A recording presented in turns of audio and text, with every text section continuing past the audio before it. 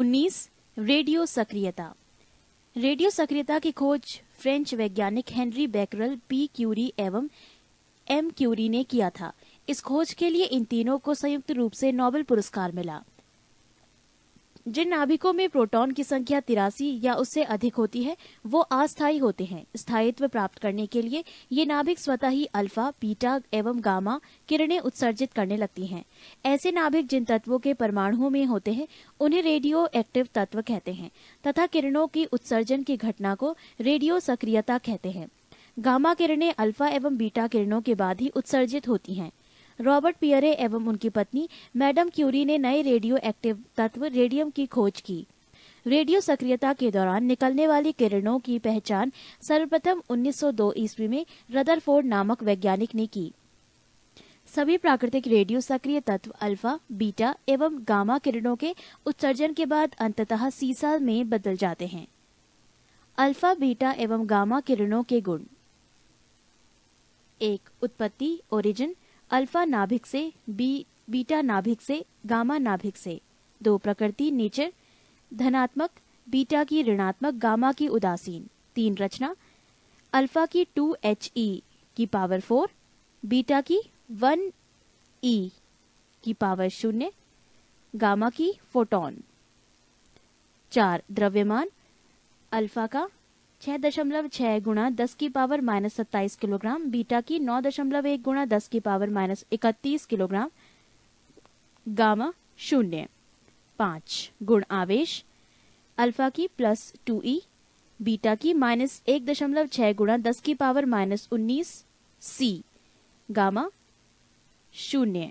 6. गुण photographic plate पर प्रभाव, अल्फा की स्क्वायर रूट, बीटा की स्क्वायर रूट तथा गामा की स्क्वायर रूट। 7. विद्युत चुंबकीय क्षेत्र का प्रभाव, अल्फा की स्क्वायर रूट, बीटा की स्क्वायर रूट, गामा की डैश। यहाँ पे स्क्वायर रूट जैसा साइन दिया गया है। संबंधित चिन्ह के लिए आप अपने मित्र या अपने सहयोगी से संपर्क कर सकते हैं। सबसे अधिक वेधन क्षमता गामा किरण की होती है। सबसे अधिक आयनन क्षमता अल्फा किरण की होती है। एक अल्फा किरण के निकलने से परमाणु संख्या में 2 इकाई तथा द्रव्यमान संख्या में 4 इकाई की कमी होती है। स्थायी नाभिक एवं अस्थायी नाभिक में अंतर। स्थायी नाभिक 1 निम्न परमाणु संख्या, अस्थायी नाभिक 1 उच्च परमाणु संख्या। 2 स्थायी नाभिक निम्न द्रव्यमान संख्या, अस्थायी नाभिक 2 उच्च द्रव्यमान संख्या। 3 स्थायी नाभिक छोटे आकार का नाभिक, अस्थायी नाभिक 3 बड़े आकार का नाभिक। 4 न्यूट्रॉन n/प्रोटॉन p=1, अस्थायी नाभिक न्यूट्रॉन अपॉन प्रोटॉन >1। प्रश्न 307। एक बीटा किरण के निकलने से परमाणु संख्या में 1 इकाई की वृद्धि होती है तथा द्रव्यमान संख्या पर कोई प्रभाव नहीं पड़ता है। अल्फा, बीटा और गामा किरणों के निकलने से परमाणु संख्या और द्रव्यमान संख्या पर पड़ने वाला प्रभाव को वर्ग विस्थापन नियम या सोडी-फॉजन नियम कहा जाता है। रेडियो सक्रियता की माप GM काउंटर से की जाती है। जितने समय में किसी रेडियो सक्रिय तत्व के परमाणुओं की संख्या आधी हो जाए वो उस समय उस तत्व का अर्ध जीवन काल कहलाता है। इसे प्रायः HL या T1/2 से सूचित किया जाता है। अभ्रकोष्ठ क्लाउड चैम्बर, इसका उपयोग रेडियो एक्टिव कणों की उपस्थिति का पता लगाने, उनकी ऊर्जा को मापने आदि के लिए किया जाता है। इसका आविष्कार CRT विल्सन ने किया था। जीवाश्म मृत पेड़ पौधे आदि की आयु का अंकन कार्बन 14 के द्वारा किया जाता है। इस विधि में जीवाश्म या मृत पेड़ पौधों में प्राप्त कार्बन के 2 समस्थानिक 6C⁻12 व 6C⁻14 का अनुपात ज्ञात करके आयु का निर्धारण किया जाता है। द्रव्यमान ऊर्जा संबंध, मास एनर्जी रिलेशन। 1905 ईस्वी में आइंस्टीन ने द्रव्यमान एवं ऊर्जा के बीच एक संबंध स्थापित किया जिसे आपेक्षिकता का सिद्धांत, थ्योरी ऑफ रिलेटिविटी कहा जाता है। इसके अनुसार द्रव्यमान एवं ऊर्जा एक दूसरे से स्वतंत्र नहीं है बल्कि दोनों एक दूसरे से संबंधित है तथा प्रत्येक पदार्थ में उसके द्रव्यमान के कारण ऊर्जा भी होती है। यदि किसी वस्तु का द्रव्यमान m एवं प्रकाश का वेग c है, तो इस द्रव्यमान से संबंध ऊर्जा E=mc² होती है।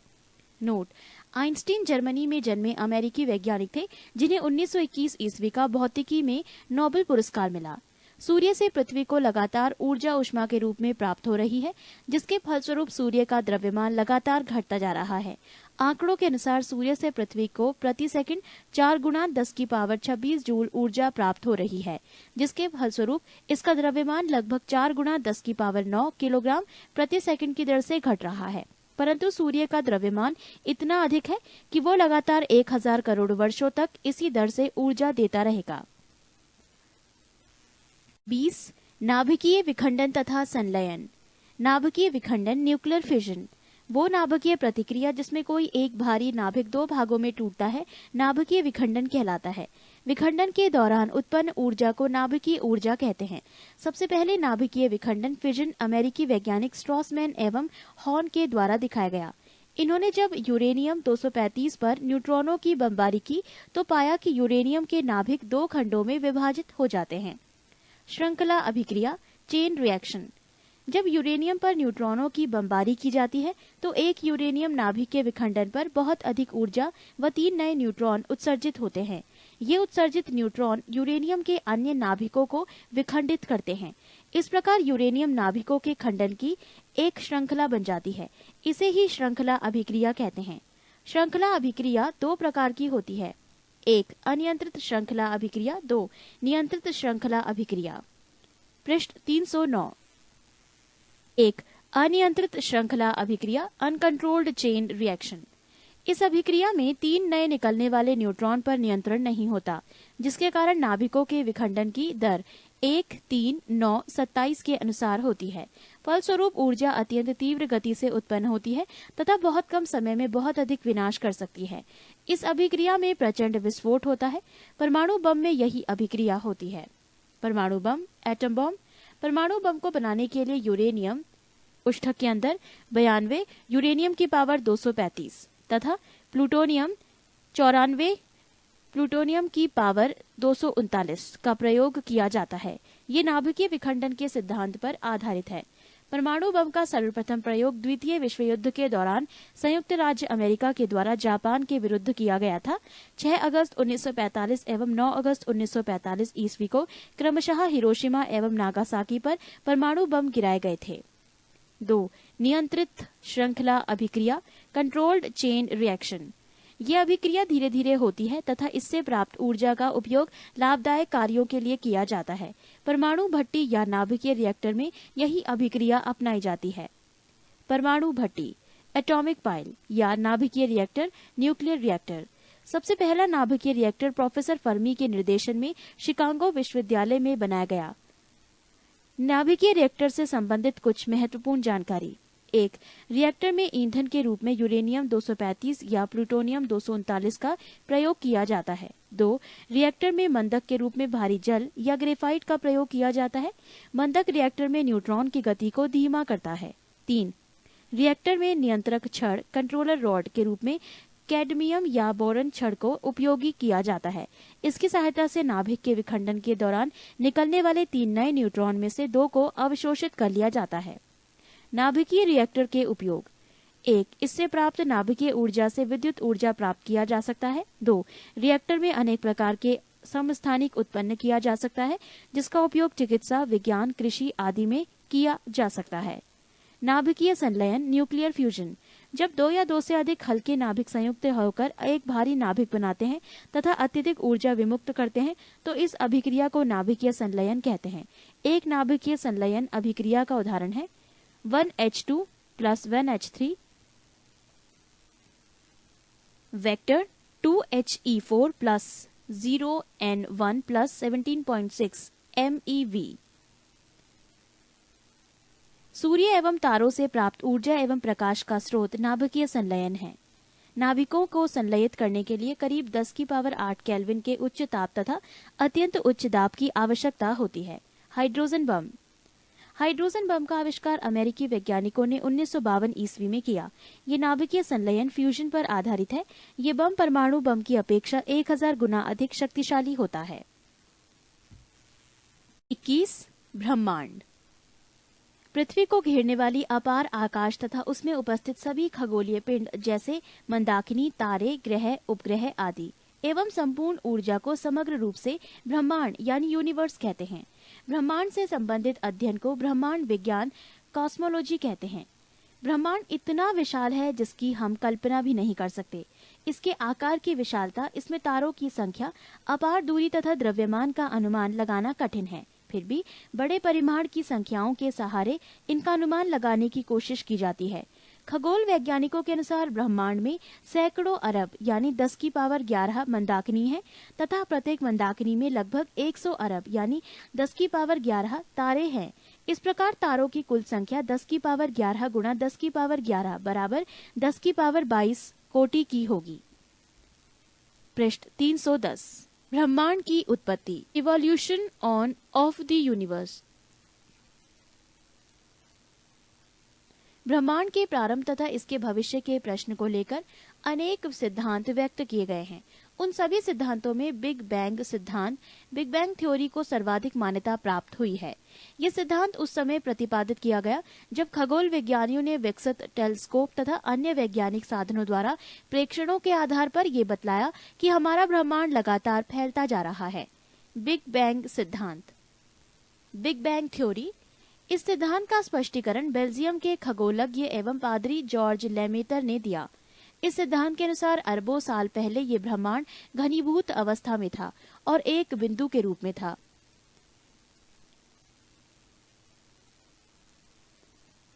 इस बिंदु को वैज्ञानिकों ने विलक्षणता का बिंदु, पॉइंट ऑफ सिंगुलैरिटी कहा है। इस बिंदु में एक महाविस्फोट हुआ और इसका विस्तार होना शुरू हो गया। इस महाविस्फोट ने अति सघन पिंड बिंदु को छिन्न भिन्न कर दिया और इस पिंड के टूटे हुए अंश अर्थात फोटोन तथा लेप्टोक्वार्क ग्लूऑन अंतरिक्ष में दूर दूर तक छिटक गए और उसी से आकाश गंगाएं बनी जो अभी तक भाग रही हैं। इस सिद्धांत के अनुसार बिग बैंग के तत्काल बाद 1 सेकंड के कई गुना छोटे भाग के समय अंतराल से ब्रह्मांड परमाणविक आकार में बढ़कर कॉस्मिक आकार में बदल गया। तदुपरांत ब्रह्मांड के प्रसार की गति थोड़ी धीमी हुई पर इसका ताप काफी समय तक अत्यधिक रहा। 1 खरब वर्षों के उपरांत तारों तथा गैलेक्सियों का पहली बार अवतरण हुआ। हमारा सौरमंडल भी 4.5 खरब वर्ष पूर्व बना है। पृथ्वी पर जीवन की शुरुआत लगभग 0.37 खरब वर्ष पूर्व हुआ। हरमन बॉन्डी, थॉमस गोल्ड और फ्रेड हायल नाम के ब्रिटिश वैज्ञानिकों ने बिग बैंग सिद्धांत को चुनौती दी। उन्होंने 1948 ईस्वी में ब्रह्मांड की उत्पत्ति के एक नए सिद्धांत को प्रस्तुत किया जिसे स्थायी अवस्था सिद्धांत कहा जाता है। स्थायी अवस्था सिद्धांत, स्टेडी स्टेट थ्योरी। इस सिद्धांत के अनुसार ब्रह्मांड का ना तो महाविस्फोट के साथ आरंभ हुआ था, ना ही कभी इसका अंत होगा, अर्थात इस विशाल ब्रह्मांड का ना आदि है और ना अंत। इस सिद्धांत के अनुसार आकाश गंगाएं आपस में दूर तो होती जाती हैं, परंतु उनका आकाशीय घनत्व अपरिवर्तित रहता है, यानी दूर होती आकाश गंगाओं के बीच की खाली जगहों में नई आकाश गंगाएं बनती रहती हैं। इसीलिए ब्रह्मांड का पदार्थ घनत्व एकदम स्थिर बना रहता है। आज तक दिए गए सभी सिद्धांतों में बिग बैंग सिद्धांत को ही सबसे ज्यादा मान्यता प्राप्त हुई। बिग बैंग सिद्धांत का प्रतिपादन निम्नांकित 3 अन्वेषणों पर आधारित है। 1. ब्रह्मांड का लगातार प्रसार, continuous expansion of the universe. 2. ब्रह्मांड विद्युत चुंबकीय विकिरण से भरा है, universal is filled with electromagnetic radiation. 3. ब्रह्मांड का अधिकाधिक द्रव्यमान रहस्यमय ढंग से हमारी दृष्टि से परे है। Most of the mass of universe is mysteriously hidden from our view. ब्रह्मांड के प्रसार का सिद्धांत डॉपलर प्रभाव पर प्राप्त प्रेक्षण, जिसे अवरक्त विस्थापन रेडशिफ्ट कहा जाता है, पर आधारित है। अवरक्त विस्थापन रेडशिफ्ट। यदि हम प्रकाश स्रोत की ओर चलें तो प्रकाश तरंग की आवृत्ति में आभासी वृद्धि होगी, अर्थात ये दृश्य आप्रकाश के स्पेक्ट्रम के नीले वर्ण की ओर विस्थापित होगी। इसके विपरीत यदि प्रकाश स्रोत की दूरी हमसे बढ़ती जाए तो प्राप्त प्रकाश की आवृत्ति में आभासी ह्रास होगा और ये आवृत्ति दृश्य स्पेक्ट्रम के लाल वर्ण की ओर विस्थापित होगी। इस प्रकार के विस्थापन को अवरक्त विस्थापन कहते हैं। पृष्ठ 311। अवरक्त विस्थापन में इसके आधार पर ही 1929 ईस्वी में कैलिफोर्निया स्थित माउंट विल्सन वैधशाला ऑब्जर्वेटरी में कार्य करते हुए एडविन हब्बल ने ब्रह्मांड में होने वाले प्रसार की पुष्टि की। अपने प्रेक्षणों के दौरान हब्बल ने पाया कि कुछ निकटतम मंदाकिनियों के वर्णक्रमों की अवशोषण रेखाएं वर्णक्रम के लाल छोर की ओर खिसक रही हैं। अतः अपने प्रेक्षणों के क्रम में वो निम्नलिखित 2 निष्कर्षों पर पहुंचे। 1. सभी मंदाकिनी गैलेक्सी हमसे दूर जा रहे हैं। 2. कोई मंदाकिनी हमसे जितनी दूरी पर है वो उतनी ही तेजी से हमसे दूर जा रहा है। इस प्रकार मंदाकिनी का वेग v दूरी d के समानुपाती होगा, अर्थात v डायरेक्टर प्रोपोर्शनल d या v = hd। उपर्युक्त सूत्र को हब्बल का नियम कहते हैं। यहाँ h एक नियतांक है जिसे हब्बल नियतांक या हब्बल पैरामीटर कहा जाता है। नियतांक h का मात्रक किलोमीटर सेकंड की पावर -1 बटे MPC तथा इसका मान 67 किलोमीटर सेकंड की पावर -1 बटे MPC होता है। MPC mega parsec. Hubble parameter का मात्रक समय का व्युत्क्रम इनवर्स ऑफ टाइम होता है, अतः अवश्य ही समय का मात्रक होगा। इस प्रकार हम यदि समय को पीछे लेते जाएं तो ब्रह्मांड की आयु का आकलन से 15 × 10⁹ वर्ष आता है। प्राप्त प्रेक्षणों के आधार पर ब्रह्मांड की आयु 10 × 10⁹ वर्ष से 19 × 10⁹ वर्ष के बीच होती है। नोट: हब्बल के मंदाकिनियों के प्रतिसरण ही सेशन के नियम पर आइजक एसिमोव का कहना है कि हब्बल के निरूपण के अनुसार यदि दूरी के साथ प्रतिसरण की गति बढ़ती जाए तो 125 करोड़ प्रकाश वर्ष की दूरी पर मंदाकिनियां इस तेजी से प्रतिसरण करेंगी कि उन्हें देख पाना हमारे लिए संभव नहीं होगा। मंदाकिनी गैलेक्सी। मंदाकिनी अरबों तारों का एक विशाल निकाय है। तारे मंदाकिनियों के साथ बंधे रहते हैं। इसके लिए चारों मौलिक बलों गुरुत्वाकर्षण बल, विद्युत चुंबकीय बल, इलेक्ट्रॉन मैग्नेटिक फोर्स प्रबल या दृढ़ बल, स्ट्रॉन्ग फोर्स और कमजोर बल वीक फोर्स में गुरुत्वाकर्षण बल जिम्मेदार होता है। ब्रह्मांड में लगभग 100 अरब मंदाकिनियां यानी 10⁻11 मंदाकिनियां हैं और प्रत्येक मंदाकिनियों में लगभग 100 अरब तारे यानी 11⁻11 तारे होते हैं। यानी ब्रह्मांड में तारों की कुल संख्या लगभग 10⁻22 है। प्रत्येक मंदाकिनी में तारों के अतिरिक्त गैसें तथा धूल होती है। मंदाकिनी का 98% भाग तारों से तथा शेष 2% गैसों या धूल से बना है। नोट: मंदाकिनी की विशालता के कारण इसे प्रायद्वीप ब्रह्मांड कहा जाता है। मंदाकिनी का वर्गीकरण, क्लासिफिकेशन ऑफ गैलेक्सी। मंदाकिनियों को प्रायः उनके आकृति के आधार पर 3 वर्गों में बांटा गया है। 1 सर्पिल स्पाइरल, 2 दीर्घवृत्तीय एलिप्टिकल और 3 अनियमित इररेगुलर। अब तक की ज्ञात मंदाकिनियों में 80% सर्पिल, 17% और दीर्घवृत्तीय तथा 3% अनियमित आकार वाली हैं। हमारी मंदाकिनी दुग्ध मेखला, मिल्की वे या आकाशगंगा और इसकी सबसे नजदीकी मंदाकिनी देवयानी एंड्रोमेडा सर्पिल आकार वाली मंदाकिनी है। सर्पिल मंदाकिनियां दूसरी मंदाकिनियों से प्रायः काफी बड़ी होती है। दुग्ध मेखला, our own galaxy the milky way. हमारा सौरमंडल दुग्ध मेखला, मिल्की वे या आकाशगंगा नामक मंदाकिनी का सदस्य है। इसकी व्यास लगभग 10⁵ प्रकाश वर्ष और ये मंथर गति से चक्कर काट रही है। दुग्ध मेखला मंदाकिनी अपने केंद्र के चारों ओर धीरे धीरे घूमती है और तारे इसके केंद्र के चारों ओर धीरे धीरे घूमते हैं। सूर्य भी सौरमंडल सहित इसके केंद्र के चारों ओर घूर्णन करता है। इसे एक परिक्रमा पूरी करने में लगभग 250 मिलियन 250 करोड़ वर्ष लगता है। पृथ्वी पर लोग दुग्ध मेखला मंदाकिनी का अभिमुख दृश्य एंड ऑन व्यू और साइड व्यू देख पाते हैं, क्योंकि पृथ्वी स्वयं इस मंदाकिनी का हिस्सा है। पृष्ठ 312। हमारी मंदाकिनी के में तारे चपटी चक्री का नुमा संरचना में अंतर्वृष्ट होते हैं, जो अंतरिक्ष के अंदर 10⁵ प्रकाश वर्ष तक फैली होती है। तारों की चक्रिका केंद्र पर काफी मोटी होती है, जो मंदाकिनी के केंद्र पर तारों के अपेक्षाकृत उच्च सांद्रण को दर्शाता है। हमारा सूर्य और उसके ग्रह मंदाकिनी के केंद्रीय भाग से लगभग 3 × 10⁴ प्रकाश वर्ष की दूरी पर इस चक्रीय नुमा संरचना के एक पार्श्व पर स्थित है।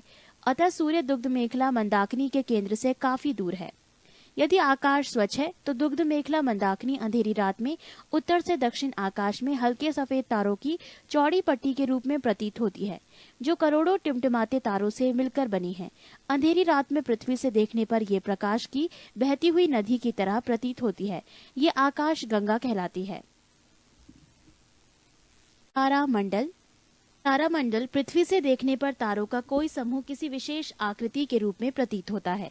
हमारे पूर्वजों ने ऐसे कई तारा समूह में कुछ आकृतियों की कल्पना की और उनको विशिष्ट नाम दिए। तारों के किसी ऐसे समूह को तारामंडल कहते हैं। इन तारामंडलों का नामकरण उनकी आकृति के आधार पर की गई है। प्रमुख तारामंडल है वृहत सप्तऋषि मंडल, अर्सा मेजर, लघु सप्तऋषि अर्सा माइनर, मृग, ओरियन, सिग्नस, हाइड्रा आदि। आकाश में कुल 89 तारामंडल हैं। इनमें से सबसे बड़ा तारामंडल सेंटोरस है, जिसमें 94 तारे हैं। हाइड्रा में कम से कम 68 तारे हैं।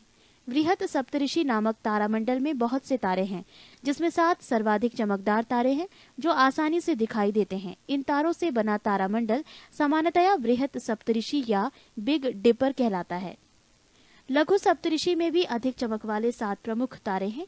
उत्तरी गोलार्ध में वृहत सप्तऋषि एवं लघु सप्तऋषि तारामंडलों को प्रायः बसंत ऋतु में देखा जा सकता है। मृग। ओरियन तारामंडल को शीत ऋतु में देखा जा सकता है। मृग सर्वाधिक भव्य तारामंडलों में से एक है। इसमें 7 चमकीले तारे हैं, जिनमें से 4 किसी चतुर्भुज की आकृति बनाने प्रतीत होते हैं। इस चतुर्भुज के एक कोने पर सबसे विशाल तारों में एक बीटल गीज नाम का तारा स्थित है, जबकि दूसरे विपरीत कोने पर रिगेल नामक अन्य चमकदार तारा स्थित है। मृग के अन्य 3 प्रमुख तारे तारामंडल के मध्य में एक सरल रेखा में अवस्थित है। तारे। तारे यानी स्टार्स ऐसे खगोलीय पिंड हैं जो लगातार प्रकाश एवं ऊष्मा उत्सर्जित करते रहते हैं। अतः सूर्य भी एक तारा है। भार के अनुपात में तारों में 70% हाइड्रोजन, 28% हीलियम, 1.5% कार्बन, नाइट्रोजन एवं नियॉन तथा 0.5% में लोह एवं अन्य भारी तत्व होते हैं। तारों को उनके भौतिक अभिलक्षणों जैसे आकार, रंग, चमक, दीप्ति और ताप के अनुसार वर्गीकृत किया जाता है। तारे 3 रंग के होते हैं, 1 लाल, 2 सफेद और 3 नीले। तारे का रंग पृष्ठ ताप द्वारा निर्धारित होता है।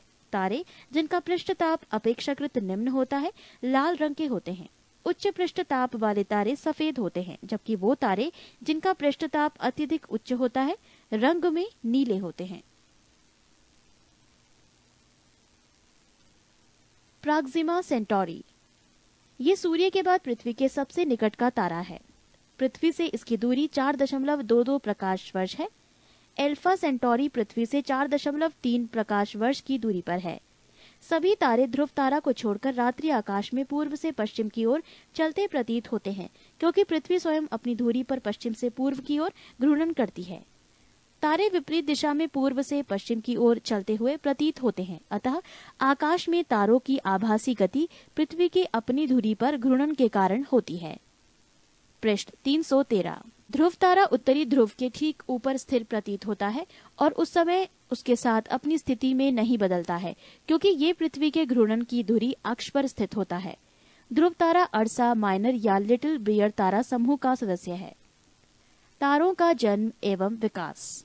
Birth and evolution of a star. तारे के निर्माण का कच्चा माल मुख्यतः हाइड्रोजन एवं हीलियम गैस है। तारे का जीवन चक्र मंदाकिनियों में उपस्थित हाइड्रोजन और हीलियम गैसों के घने बादलों के रूप में एकत्रित होने के साथ आरंभ होता है। आदि तारा का निर्माण। Formation of A protostar. तारे का जीवन चक्र आकाशगंगा में हाइड्रोजन तथा हीलियम गैस के संघनन से प्रारंभ होता है, जो अंततः घने बादलों का रूप धारण कर लेते हैं। इन बादलों को ऊर्ट बादल, ऊर्ट क्लाउड्स कहा जाता है। इन बादलों का ताप 173 डिग्री सेल्सियस होता है। जैसे जैसे इन बादलों का आकार बढ़ता जाता है, गैसों के अणुओं के बीच गुरुत्वाकर्षण बल बढ़ता जाता है। जब बादलों का आकार काफी बड़ा हो जाता है, तब ये सूर्य के स्वयं के गुरुत्वाकर्षण बल के कारण सिकुड़ता चला जाता है।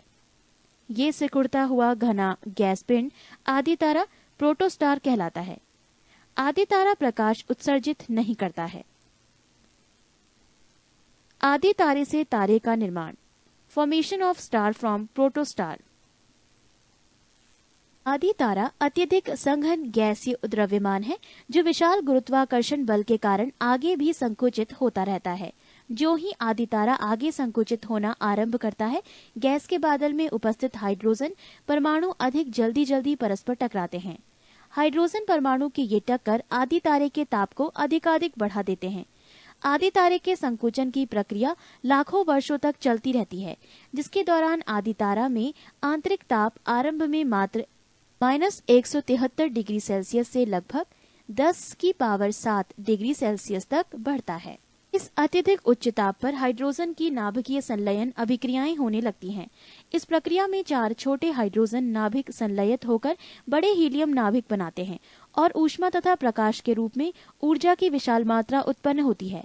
हाइड्रोजन के संलयन से हीलियम बनने के दौरान उत्पन्न ऊर्जा द्वारा आदि तारा को चमक प्रदान करता है और वो तारा बन जाता है। तारे के जीवन का अंतिम चरण, final stages of a stars life. अपने जीवन के अंतिम चरण के पहले भाग में तारा लाल रक्त दानव प्रावस्था रेड जायंट फेज में प्रवेश करता है। इसके बाद उसका भविष्य उसके प्रारंभिक द्रव्यमान पर निर्भर करता है। यहाँ 2 स्थितियां उत्पन्न होती हैं। 1, यदि तारे का प्रारंभिक द्रव्यमान सूर्य के द्रव्यमान के तुल्य होता है तो रक्त दानव तारा अपने प्रसारित बाह्य आवरण को खो देता है और उसका क्रोड सिकुड़कर श्वेत वामन तारा व्हाइट ड्वार्फ स्टार बनाता है, जो अंततोगत्वा अंतरिक्ष में पदार्थ के सघन पिंड के रूप में नष्ट हो जाता है। 2, यदि तारे का प्रारंभिक द्रव्यमान सूर्य के द्रव्यमान से काफी अधिक होता है तो उसका बना रक्त दानव तारा अभिनव तारे सुपरनोवा स्टार के रूप में विस्फोट करता है और इस विस्फोटित अभिनव तारे का क्रोड संकुचित होकर न्यूट्रॉन तारा न्यूट्रॉन स्टार अथवा कृष्ण छिद्र ब्लैक होल बन जाता है। रक्त दानव प्रावस्था रेड जायंट फेज। आरंभ में तारों में मुख्यतः हाइड्रोजन होती है। समय बीतने के साथ हाइड्रोजन केंद्र से बाहर की ओर हीलियम में परिवर्तित हो जाती है। अब जब तारे के क्रोड में उपस्थित संपूर्ण हाइड्रोजन हीलियम में परिवर्तित हो जाएगी तो क्रोड में संलयन अभिक्रिया बंद हो जाएगी। पृष्ठ 314। संलयन अभिक्रियाओं के बंद हो जाने के कारण तारे के क्रोड के भीतर दाब कम हो जाएगा और क्रोड अपने निजी गुरुत्व के तहत संकुचित होने लगेगा। लेकिन तारे के बाहरी आवरण में कुछ हाइड्रोजन बची रहती है जो संलयन अभिक्रिया कर ऊर्जा विमुक्त करती रहेगी, परंतु तीव्रता बहुत ही कम होगी। इन सभी परिवर्तनों के कारण तारे में समग्र संतुलन गड़बड़ हो जाता है और उसे पुनः व्यवस्थित करने के उद्देश्य से तारे को उसके बाहरी क्षेत्र में प्रसार करना पड़ता है, जबकि गुरुत्वाकर्षण बलों के प्रभाव के कारण उसके क्रोड में संकुचन होता है। अतः सामान्य तारे से रक्त दानव तारे में परिवर्तन में तारे का क्रोड सिकुड़ता है, जबकि बाहरी आवरण में अत्यधिक प्रसार होता है। ये रक्त दानव तारा कहलाता है क्योंकि ये रंग में लाल और आकार में दानवाकार होता है। हमारा अपना तारा सूर्य अरब से अब से लगभग 5000 मिलियन वर्षों के बाद रक्त दानव तारे में बदल जाएगा। सूर्य का प्रसारित बाहरी आवरण तब इतना बड़ा हो जाएगा कि ये आंतर ग्रहों जैसे बुध, शुक्र एवं पृथ्वी को भी निकल जाएगा। तारा रक्त दानव प्रावस्था में अपेक्षाकृत थोड़े समय ही रहता है क्योंकि इस अवस्था में ये नितांत अस्थायी रहता है। श्वेत वामन तारे का निर्माण, formation of white dwarf star. जैसा कि ऊपर बताया गया है कि तारा जब रक्त दानव प्रावस्था में पहुंचता है तो उसका भविष्य उसके द्रव्यमान पर निर्भर करता है। जब रक्त दानव तारा का द्रव्यमान सूर्य के द्रव्यमान के तुल्य होगा तो वो अपना प्रसारित बाह्य आवरण खो देगा, केवल उसका क्रोड बचा रहेगा। ये हीलियम क्रोड गुरुत्वाकर्षण के कारण धीरे धीरे द्रव्य के अत्यधिक संघन पिंड में संकुचित होगा। हीलियम क्रोड के इस अत्यधिक संकुचन के कारण क्रोड का ताप अत्यधिक बढ़ जाएगा और नाभिकीय संलयन अभिक्रियाओं का एक अन्य सेट प्रारंभ हो जाएगा, जिसमें हीलियम भारी तत्वों जैसे कार्बन में परिवर्तित होगा और ऊर्जा की अत्यधिक विशाल मात्रा निर्मुक्त होगी। इस प्रकार के क्रोड के संपूर्ण हीलियम थोड़े ही समय में कार्बन में परिवर्तित हो जाएगी और तब पुनः संलयन अभिक्रियाएं पूर्णतः रुक जाएंगी। अब ज्यों ही तारे के भीतर उत्पन्न हो रही ऊर्जा बंद हो जाएगी, तारे का क्रोड उसके अपने भार के कारण सिकुड़ने लगेगा और वो श्वेत वामन तारा व्हाइट ड्वार्फ स्टार बन जाएगा। श्वेत वामन एक मृत तारा है क्योंकि ये संलयन प्रक्रिया द्वारा कोई नवीन ऊर्जा नहीं उत्पन्न करता है। श्वेत वामन तारा जब अपनी संचित संपूर्ण ऊर्जा खो देता है तो वो चमकना बंद कर देगा। इसके बाद श्वेत वामन तारा कृष्ण वामन ब्लैक ड्वार्फ हो जाएगा और अंतरिक्ष में पदार्थ के सघन पिंड के रूप में विलीन हो जाएगा। श्वेत वामन तारे का घनत्व लगभग 10,000 किलोग्राम प्रति मीटर की क्यूब होता है। एक धुंधले श्वेत वामन तारे सीरियस नामक चमकीले तारे के निकट देखा गया है। महान भारतीय वैज्ञानिक चंद्रशेखर ने उन तारों का विस्तृत अध्ययन किया जो श्वेत वामन तारों में परिवर्तित होकर अपना जीवन समाप्त करते हैं। चंद्रशेखर ने निष्कर्ष निकाला कि सूर्य के द्रव्यमान के 1.44 गुना से कम द्रव्यमान वाले तारे श्वेत वामन तारे के रूप में समाप्त होते हैं और सूर्य के द्रव्यमान के 1.44 गुना से अधिक द्रव्यमान के तारे अभिनव तारे के रूप में विस्फोट करते हैं, जो न्यूट्रॉन तारों या कृष्ण छिद्र में परिवर्तित होकर अपना जीवन समाप्त करते हैं। सौर द्रव्यमान या सूर्य के द्रव्यमान के 1.44 गुना की अधिकतम सीमा तारे के लिए श्वेत वामन के रूप में अपना जीवन समाप्त करने के लिए को चंद्रशेखर सीमा के नाम से जाना जाता है, अर्थात एम स्टार ग्रेटर के नीचे डैश का साइन है। संबंधित चिन्ह के लिए आप अपने मित्र से संपर्क कर सकते हैं। M star greater than equal to 1.44 M sun को चंद्रशेखर सीमा कहते हैं। इसी सिद्धांत के लिए डॉक्टर सुब्रमण्यम चंद्रशेखर को 1983 ईस्वी में नोबेल पुरस्कार से सम्मानित किया गया था। पृष्ठ 315। अभिनव तारे तथा न्यूट्रॉन तारे का निर्माण, formation of supernova star and neutron star. यदि किसी तारे का द्रव्यमान सूर्य के द्रव्यमान से बहुत अधिक हो तो रक्त दानव प्रावस्था के क्रम में इसके हीलियम क्रोड के संकुचन से विमुक्त नाभिकीय ऊर्जा बाहरी आवरण में तेज दमक के साथ विस्फोट उत्पन्न कर देती है। ये विस्फोट आकाश को कई दिनों तक प्रकाशित करता है। ऐसा विस्फोटक तारा अभिनव सुपरनोवा तारा कहलाता है। सुपरनोवा विस्फोट के बाद भी इसके क्रोड को संकुचन होते रहता है और वो न्यूट्रॉन तारा बन जाता है।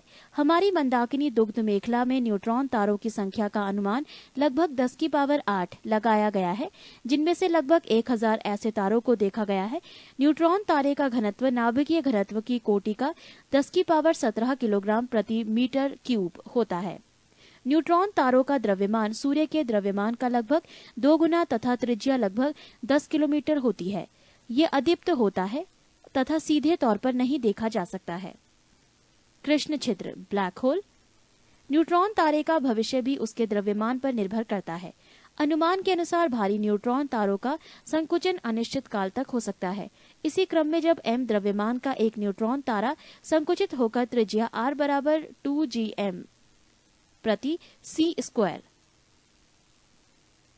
जहां c प्रकाश की चाल तथा g गुरुत्वाकर्षण नियतांक है, प्राप्त कर ले तब वो कृष्ण छिद्र ब्लैक होल बन जाता है। सर्वप्रथम मिचेल ने कृष्ण छिद्र के अस्तित्व की कल्पना की थी। कृष्ण छिद्र अपने पृष्ठ से किसी चीज का, यहाँ तक कि प्रकाश का भी पलायन नहीं होने देते हैं। कारण यह है कि कृष्ण छिद्रों में अत्यधिक आकर्षण बल होता है। कृष्ण छिद्रों से प्रकाश भी पलायन नहीं कर सकता है, इसीलिए कृष्ण छिद्र अदृश्य होते हैं, वो देखे नहीं जा सकते हैं। इसकी उपस्थिति को आकाश में उसके पड़ोसी पिंडों पर उसके गुरुत्वाकर्षण क्षेत्र के प्रभाव द्वारा केवल महसूस किया जा सकता है। विविध 22 वैज्ञानिक उपकरण। 1.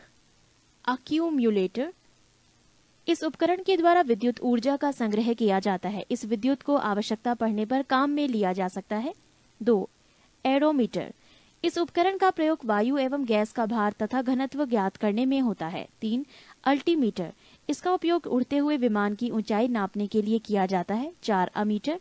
इसका उपयोग विद्युत धारा को मापने के लिए किया जाता है। 5. अनीमोमीटर। ये उपकरण हवा की शक्ति तथा गति को मापता है। 6. ऑडियोमीटर। ये उपकरण ध्वनि की तीव्रता मापने के काम में आता है। 7. ऑडियोफोन। इसका उपयोग लोग सुनने में सहायता के लिए कान में लगाने के लिए करते हैं। 8. Ballistic galvanometer. इसका उपयोग लघु धारा माइक्रो एम्पियर को नापने में करते हैं। 9. बैरोग्राफ। इसके द्वारा वायुमंडल के दाब में होने वाले परिवर्तन को मापा जाता है। 10. बैरोमीटर। ये उपकरण वायु दाब मापने के काम में आता है। 11. बाइनोक्यूलर। ये उपकरण दूर की वस्तुएं देखने के काम में आता है। 12. कैलिपर्स। इसके द्वारा बेलनाकार वस्तुओं के अंदर तथा बाहर के व्यास मापे जाते हैं तथा इससे वस्तु की मोटाई भी मापी जाती है। 13. कैलोरीमीटर। ये उपकरण तांबे का बना होता है और ऊष्मा की मात्रा ज्ञात करने के काम में आता है। पृष्ठ 316। 14. कार्बोरेटर। इस उपकरण का उपयोग अंतः दहन पेट्रोल इंजनों में होता है। इस यंत्र से पेट्रोल तथा हवा का मिश्रण बनाया जाता है। 15. कार्डियोग्राम। इसके द्वारा हृदय गति की जांच की जाती है। इसको इलेक्ट्रोकार्डियोग्राम भी कहते हैं। 16. क्रोनोमीटर। ये उपकरण जलयानों पर लगा होता है। इससे सही समय का पता लगता है। 17. सिनेमेटोग्राफी। इस उपकरण की छोटी छोटी फिल्म को बड़ा करके पर्दे पर लगातार क्रम में प्रक्षेपण प्रोजेक्शन के लिए प्रयोग किया जाता है। 18. Compass box. इस उपकरण के द्वारा किसी स्थान पर उत्तर दक्षिण दिशा का ज्ञान होता है। 19. कंप्यूटर। ये एक प्रकार की गणितीय यांत्रिक व्यवस्था है। इसका उपयोग गणितीय समस्याओं एवं गणनाओं को हल करने में होता है। 20. साइक्लोट्रॉन। इस उपकरण की सहायता से आवेशित कणों जैसे नाभिक कण, प्रोटॉन, इलेक्ट्रॉन आदि को त्वरित किया जाता है। 21. Density meter. इस उपकरण का प्रयोग घनत्व ज्ञात करने में किया जाता है। 22. डेक्टाफोन। इसका उपयोग अपनी बात तथा आदेश दूसरे व्यक्ति को सुनाने के लिए रिकॉर्ड किया जाता है। ये प्रायः ऑफिसों में प्रयोग किया जाता है। 23. नमन मापी। यह उपकरण किसी स्थान पर नमन कोण मापने के लिए प्रयोग किया जाता है। 24. डायनोमोमीटर। इस यंत्र का प्रयोग इंजन द्वारा उत्पन्न की गई शक्ति को मापने में होता है। 25. एपिडास्कोप। इसका प्रयोग चित्रों को पर्दे पर प्रक्षेपण प्रोजेक्शन के मापने में होता है। 25. फेदोमीटर। ये यंत्र समुद्र की गहराई नापने का काम आता है। गैलेवेनोमीटर। इस यंत्र का उपयोग छोटे विद्युत परिपथों में विद्युत धारा की दिशा एवं मात्रा ज्ञात करने में किया जाता है। 28. गाइगर मूल काउंटर। इस उपकरण की सहायता से रेडियो एक्टिव स्रोत के विकिरण की गणना की जाती है। ग्रेविमीटर। इस यंत्र के द्वारा पानी की सतह पर तेल की उपस्थिति ज्ञात की जाती है। गायरोस्कोप। इस यंत्र से घूमती हुई वस्तुओं की गति ज्ञात करते हैं। हाइड्रोमीटर। इस उपकरण के द्वारा द्रवों का आपेक्षिक घनत्व ज्ञात करते हैं। हाइड्रोफोन। ये पानी के अंदर ध्वनि तरंगों की गणना करने में काम आने वाला उपकरण है। हाइग्रोमीटर। इसकी सहायता से वायुमंडल से व्याप्त आर्द्रता नापी जाती है। Screw gauge. इसका प्रयोग बारीक तारों के व्यास नापने के काम आता है। किलोस्कोप। टेलीविजन द्वारा प्राप्त चित्रों को इस उपकरण के ऊपर देखा जाता है। कैलेडोस्कोप। इसके द्वारा रेखा गणितीय आकृति भिन्न भिन्न प्रकार की दिखाई देती है। Lighting conductor. ये उपकरण ऊंची इमारतों के ऊपर उनके ऊंचे ऊंचे भागों पर लगा दिया जाता है, जिससे बिजली का कोई प्रभाव नहीं पड़ता और इमारतें सुरक्षित रहती हैं। 38. मेगाफोन। वो उपकरण है जिसके द्वारा ध्वनि को दूर स्थान पर ले जाया जाता है। 39. मैनोमीटर। गैस का दाब ज्ञात करने में इसकी मदद ली जाती है। 40. माइक्रोमीटर। ये एक प्रकार का पैमाना है जिसकी सहायता से मिलीमीटर के 1000वें भाग को ज्ञात कर सकते हैं। पृष्ठ 317. 41. माइक्रोस्कोप। ये छोटी वस्तुओं को आवर्धित करके बड़ा कर देता है, अतः जिन वस्तुओं को आंखों से नहीं देखा जा सकता उन्हें इस उपकरण से देख सकते हैं। 42. माइक्रोटोम। किसी वस्तु को बहुत छोटे छोटे टुकड़ों में काटने के काम आता है, जिनका की सूक्ष्म अध्ययन करना होता है। 43. ऑडोमीटर। पहिए वाली गाड़ी द्वारा चली दूरी नापने के काम आता है। 44. ऑसिलोग्राफ। विद्युतीय तथा यांत्रिक कंपनियों को ग्राफ पर चित्रित करने वाला उपकरण है। 45. पेरिस्कोप। पनडुब्बियों में उपयोग होने वाला ऐसा उपकरण जिसकी सहायता से पानी में डूबे हुए को पानी के ऊपर को दृश्य दिखाई पड़ सकता है। 46. पोटेंशियोमीटर। ये विद्युत वाहक बलों की तुलना करने में, लघु प्रतिरोधों के मापन में तथा वोल्टमीटर व अमीटर के कैलिब्रेशन में काम आता है। 47. पायरोमीटर। दूर स्थित वस्तुओं के ताप को ज्ञात करने हेतु इस यंत्र का प्रयोग किया जाता है। 48. फोनोग्राफ। ध्वनि लेखन के काम आने वाले उपकरण को फोनोग्राफ कहते हैं। 49. फोटामीटर। ये दो स्रोतों की प्रदीपन तीव्रता की तुलना करने में काम आता है। 50. Photo telegraph. ये फोटोग्राफ एक स्थान से दूसरे स्थान पर पहुंचने वाला उपकरण है। 51. साइट्रोटॉन। ये कृत्रिम मौसम उत्पन्न करने के काम आने वाला उपकरण है। 52. रडार। ये यंत्र अंतरिक्ष में आने जाने वाले वायुयानों के संसूचन और उनकी स्थिति ज्ञात करने के काम आता है। 53. रेनगेज। ये वर्षा नापने के काम में आने वाला उपकरण है। 54. रेडियोमीटर। इस यंत्र का उपयोग विकिरण की माप करने के लिए किया जाता है। 55. Radio telescope. ये एक ऐसा उपकरण है जिसकी सहायता से दूर स्थान की घटनाओं को बेतार प्रणाली से दूसरे स्थान पर देखा जा सकता है। 56. रिफ्रैक्ट्रोमीटर। ये पारदर्शक माध्यमों का अपरिवर्तनांक ज्ञात करने वाला उपकरण होता है। 57. सिस्मोग्राफ। ये भूकंप का पता लगाने वाला उपकरण है। 58 सेफ्टी लैंप, ये प्रकाश के लिए खानों में उपयोग होने वाला उपकरण है। इसकी सहायता से खानों में होने वाले विस्फोट को बचाया जा सकता है। 59 सेक्सटेंट, ये किसी ऊंचाई, मीनार आदि को नापने में काम आने वाला उपकरण है। 60 स्ट्रोबोस्कोप, आवर्तित गति से घूमने वाली वस्तुओं की चाल को इस उपकरण की सहायता से ज्ञात करते हैं। 61 स्पीडोमीटर, ये गति को प्रदर्शित करने वाला उपकरण है जो कि कार, ट्रक आदि वाहनों में लगा रहता है। 62 सबमरीन, ये पानी के अंदर चलने वाला छोटा जलयान है जिसकी सहायता से समुद्र की सतह पर होने वाली हलचल का भी ज्ञान होता रहता है। 63 स्पेरोमीटर, ये गोलीय तल की वक्रता की त्रिज्या ज्ञात करने के काम आता है। 64 बिस्कोमीटर, ये द्रवों की श्यानता ज्ञात करने के काम आने वाला उपकरण है। 65 टेलीफोटोग्राफी, इस उपकरण की सहायता से गतिशील वस्तु का चित्र दूसरे स्थान पर प्रदर्शित किया जा सकता है। 66 टेलीप्रिंटर, ये समाचार प्राप्त करने का उपकरण है। इसकी सहायता से स्वतः ही समाचार टाइप होते रहते हैं। 67 टेलेक्स, इसके अंतर्गत दो स्थानों के मध्य समाचारों का सीधा आदान प्रदान होता है। 68 टेलीस्कोप, इस उपकरण की सहायता से दूर की वस्तुओं को स्पष्ट देखा जा सकता है। 69 टेल स्टार, ये अंतरिक्ष में स्थित ऐसा उपकरण है जिसकी सहायता से महाद्वीपों के आर पार टेलीविजन तथा बेतार प्रसारण भेजे जाते हैं। इस उपकरण को अमेरिका ने अंतरिक्ष में स्थापित किया है। पृष्ठ 318। 70 थर्मोस्टेट, इसके प्रयोग से किसी वस्तु का ताप एक निश्चित बिंदु तक बनाए रखा जाता है। 71 थियोडोलाइट, ये अनुप्रस्थ तथा लंबवत कोणों की माप ज्ञात करने के काम आने वाला उपकरण है। 72 एक्टिओमीटर, सूर्य किरणों की तीव्रता का निर्धारण करने वाला उपकरण है। 73 होवरक्राफ्ट, एक वाहन जो वायु की मोटी गद्दी कुशन पर चलता है। ये साधारण भूमि, दलदली, बर्फीले मैदानों, रेगिस्तानों पर तीव्र गति से भाग सकता है। इस वाहन का भूमि से संपर्क नहीं रहता। 74 टैकोमीटर, ये वायुयानों तथा मोटर नाव की गति को नापने वाला उपकरण है।